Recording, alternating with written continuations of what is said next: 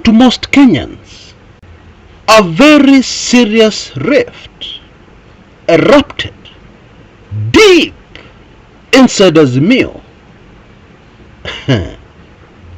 quite a number of weeks ago.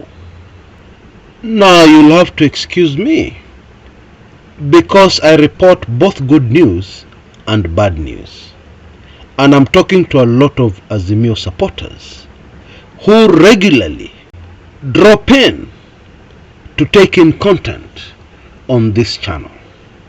However, in this instance, it is not really exactly bad news, at least not yet, because it was handled very, very maturely. And actually, the people who are protesting the direction Azimio wanted to take have been proved 101% correct. They were right.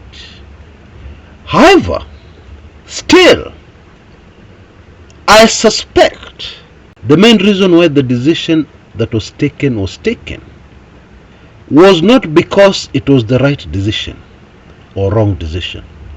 No, it was taken, I highly suspect, and I have good reason to suspect, it was taken because of circumstances. Now, I know I've lost a lot of you, so let me explain. The bone of contention that divided many Azimio leaders was the bipartisan talks. There are those who felt that actually the bipartisan talks were a waste of time and that they would go absolutely nowhere. However, the leader, Raila Odinga, took the decision to give the talks a chance, and he said he was very much aware of the high possibility that the talks would go nowhere. Yeah, after all, he knows Zakayo more than anybody else. Actually, the other person within Azimio who knows Zakayo very, very well, almost as well as Raila, is of course Martha Karua. Because many Kenyans don't know this, Karua and Ruto were the two most influential key figures, in hammering out the last details of our 2010 Constitution. But that is a story for another day. A super fascinating one, I have to admit. Now let me make it very clear right from the get-go, that the issue here was not whether the decision was correct or not, because the man making the final decision knows Ruto very well. And deeper, because right now as we speak, it is clear that the so-called national dialogue talks, the talks between Kenya Kwanza and Azimio, are rapidly collapsing, rapidly becoming ashes, scattering on the ground. That is the reality. But this saga is very, very deep, and that is one of the reasons why I've come up with this video. So please, patience. Now, in the last few hours, I really upset some people on this channel. They were mad at me. Hey, some of them I even consider to be close friends. We have met previously, some years ago. Indeed, as I was going into those remarks, I said that I was aware I was going to upset a lot of people. And it is instructive that most of those angry comments came out in my YouTube shorts. Those are the short videos, less than a minute, that are on YouTube, proving that in many instances, even our very, very old subscribers on this channel, people who have been with me for years, some of them do not watch the videos till the end, which is okay. People are busy, circumstances change, etc., etc. But I just wanted to clarify that whatever you see on YouTube Shorts is not original stuff. It is all from a full-length video which is already posted, which proves that these YouTube Shorts are a good idea. Breaking down the very deep information we usually have in just one video into shorts, so that those who may have missed key points because they didn't watch the video right up to the end, which is perfectly okay, can be able to catch those points, capture those points. That is the good thing which has come out of this. But even more important for students of life, in my opinion, this is perfect evidence that it is possible to provoke tribal spirits inside people. And I'm saying that with a lot of respect. These things, you can't control them. I always talk about the spiritual on this channel. Many ignore. But I just want to point out, this is perfect evidence that those things exist. Because when you step back and look at what was upsetting people, it was really nothing. I spoke about an old custom of the Kamba women. And the past affects all of us. And I was trying to illustrate how it affects Kamba women even today. That's all. And I was giving that example to emphasize that when I was speaking about the Nandi tribe and the current big storm facing President Ruto, I wanted to prove a very important point, that one needs to look at the history of a community, where they're coming from, to understand even their moves today. That was my point, and I decided to illustrate it by going back to my own. I just wanted us to have that information. Back to Azimio Raila Odinga and the very serious eruption that occurred many weeks ago. And I believe we can see evidence of that today for those who are very, very observant. And by the way, if you want to follow politics, you have to be super observant. You don't have a choice. But there's something else very fascinating that has come out of this. It has partly triggered what is now erupting in the Mount Kenya region. Already erupting. I'm telling you, this administration, even with fake accounts and bloggers and you dear people themselves trying to pretend that all is well, wako na shida mingi sana. But very quickly before we proceed, please allow me to reintroduce our sponsors for today. Last time we only carried an email address, but today we have a telephone number. And it gives me great joy and pride that this is a real Kumekuchan Damu, who has got some very interesting property in Kikambala. She relocated to Europe with her family and has had to change her plans, and therefore this land, very clean, title deed, kila kitu, is available. You can see the details on your screens right now. It's right at the edge of Vipingo Ridge. It's actually where Vipingo Ridge begins. Those who know this area well. And there's a lot of very interesting development in the area. There is a college coming up, and a lot of other very interesting developments in the area, which definitely adds a lot of value to this 6-acre piece of land. It is only 4 kilometers or thereabouts from the Mombasa-Malindi Road.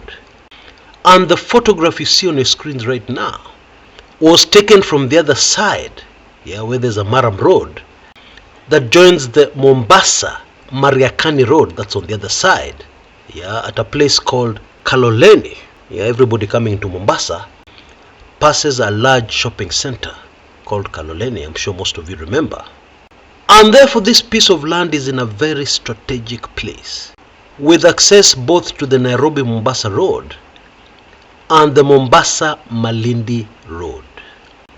It is a free leasehold, and this Kumekucha is asking for only 8 million per acre. Yeah, of course you can contact her and negotiate. Please use the number you see on your screens right now.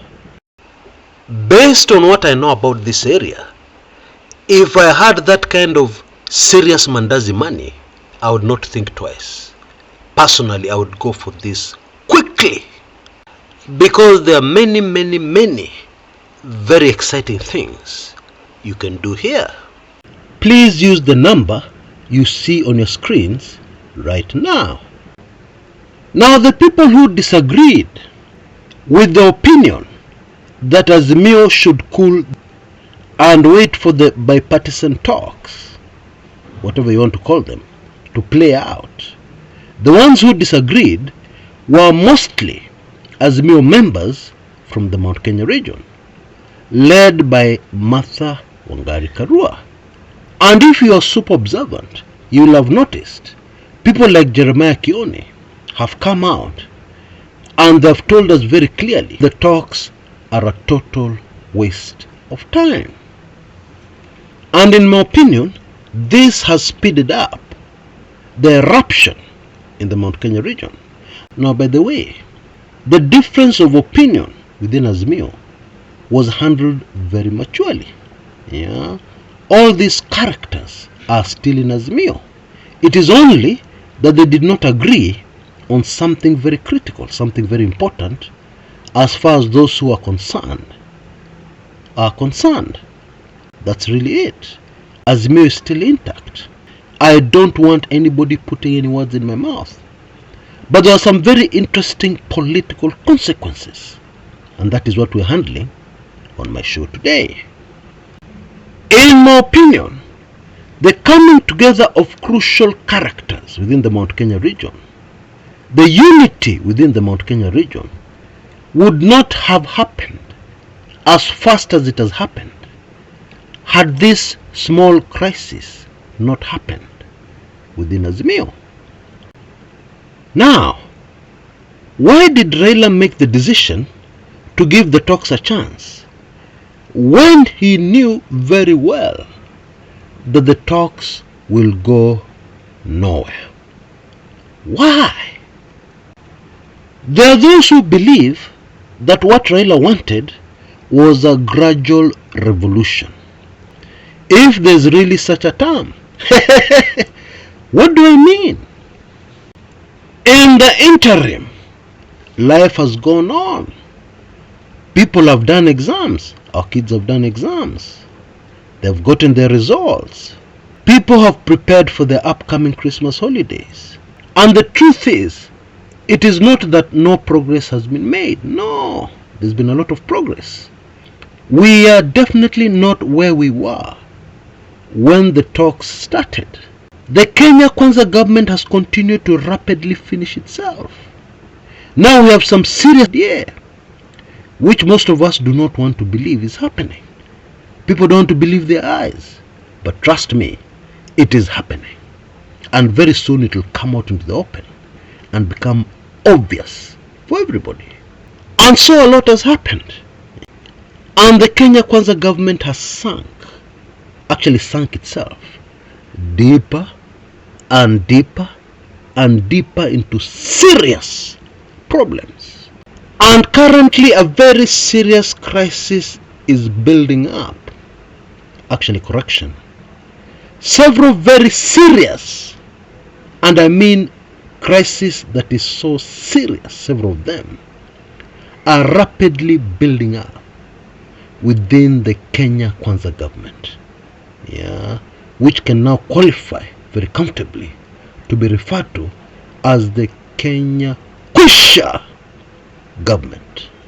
We have borrowed ourselves to our knees. Yeah, nobody knows where the money has gone. We don't see any visible development. There is a brewing rebellion within the Kalenjin community. To be specific, the Nandi, they're the ones leading it. Most people don't believe that is happening. But trust me, it is happening. Indeed, look a little more closely and you will realize that it is happening.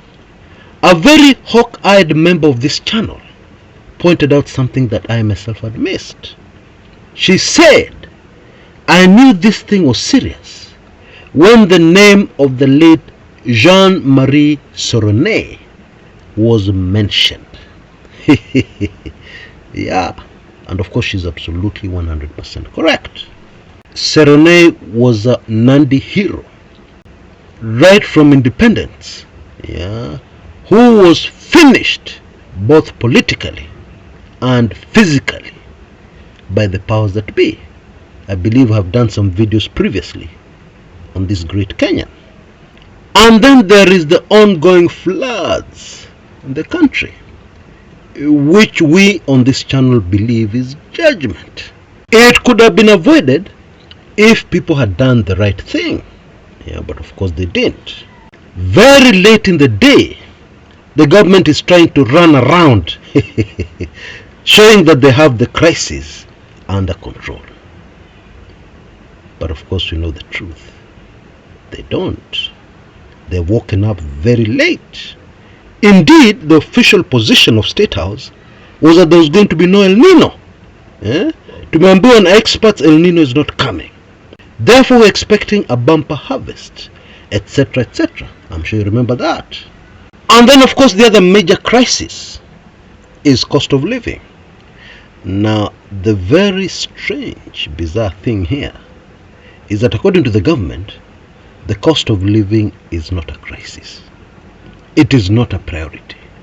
Indeed, one of the reasons why the talks have run into very serious troubled waters is that the government does not want to move an inch to reduce taxes, to ease the cost of living for Kenyans. They don't. They have a plan and they're working very hard on it, even as Kenyans suffer. Yeah? Wacha wajipange.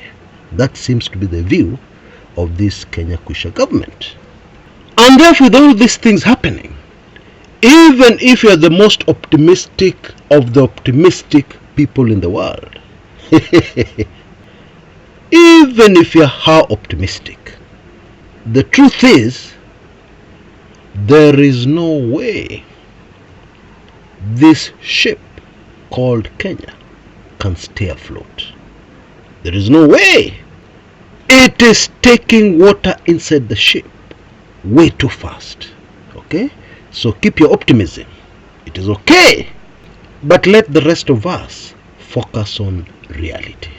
It is just a matter of time before this ship ends up at the bottom of the ocean.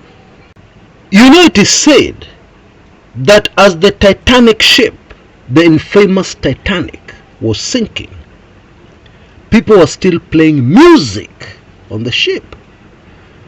Kuna watu walikuwa bado wana dance, twist, twist, twist. They were dancing inside the ship, even as it was sinking.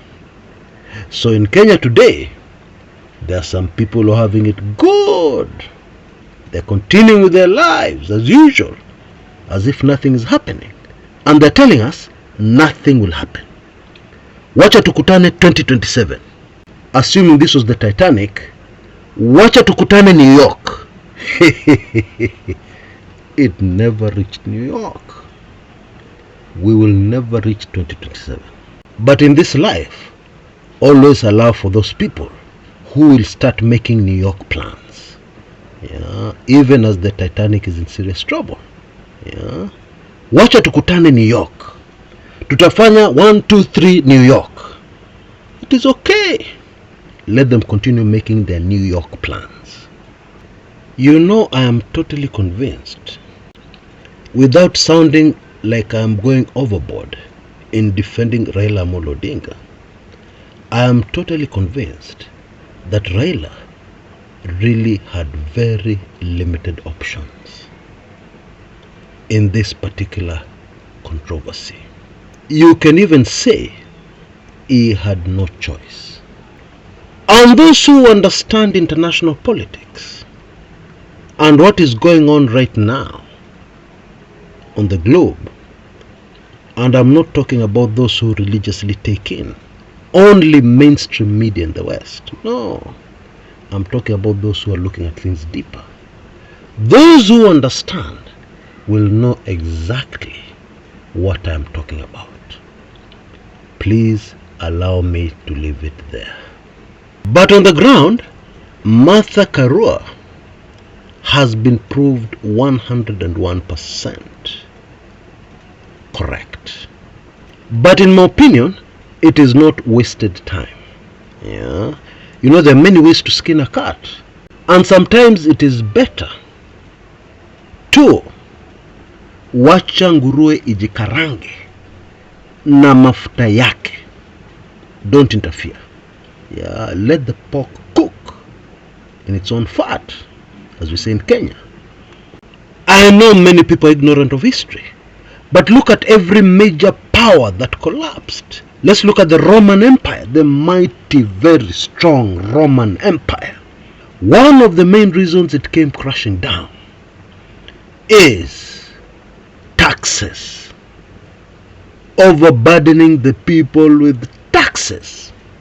And there are so many other governments throughout history that have collapsed because of taxing the people too much. However, the Kenya Kwanza government is going to make history. It is going to survive until 2027. Kwani iko nini? You know, you can't reinvent the wheel. Let's wait and see. I'm sure those who are very observant will have noticed that Martha Karua has been missing in many Azimio functions. She is not so enthusiastic within Azimio as she was previously. Although I need to make this clear, she is still very much in Azimio. Of course, the person who has come out very prominently in Azimio in the interim is Stephen Kalonzo Musyoka, a diplomat, a man who believes in peaceful resolution. And of course, there's nothing wrong with that, yeah, except that at some point reality kicks in. But there's something else which has happened. Kenyans feel today, more and more Kenyans, that they're on their own. Now that is dangerous. Because the minute wananchi take to the streets without Azimio, it will not be good for all of us. You can be sure of that. I know excited youngsters will not agree with me. I'll be very interested to hear what your view is over this issue in the comments area below. Yeah, please tell me what you think. Did Raila make the right decision? Or maybe he didn't have a choice in the decision he made, which is where I stand individually. Yeah, my opinion. But contrary opinion is very much welcome. For now, please allow me to give you a very important heads up. At least this information will prove to be valuable to some of us on this channel. This channel reaches a very unique audience. Kenyans in the diaspora, older Kenyans. You know, the channels reach a lot of young people. Yeah, and unfortunately, most young people don't have much purchasing power. But the purchasing power in the views on this channel are huge. And we have proved that. Somebody advertised some land the other day in Naivasha.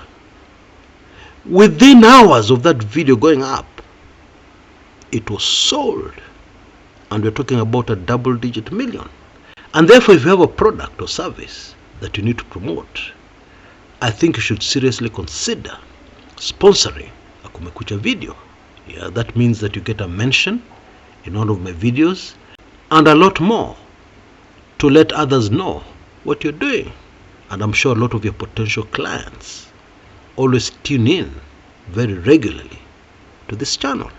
And therefore it is a fabulous, amazing opportunity for you to reach your audience very cheaply and very effectively. Kindly check in the description area of this video for more details. And then you can also send me an email on that email address you see on your screens right now, or even call directly on that number for more information, because we can't do this for everybody and we do not produce that many videos. Yeah, therefore I suggest that you take action immediately so that you don't lose this golden opportunity. Now there's one of us, a subscriber, who has come up with a very interesting offer. They're going to sponsor 2 people to take advantage of our latest offer. All you have to do is pay half the price and they'll pay the other half for you. Of course, it is on a first come, first served basis. So please rush. Until next time, this is Chris Kumekucha.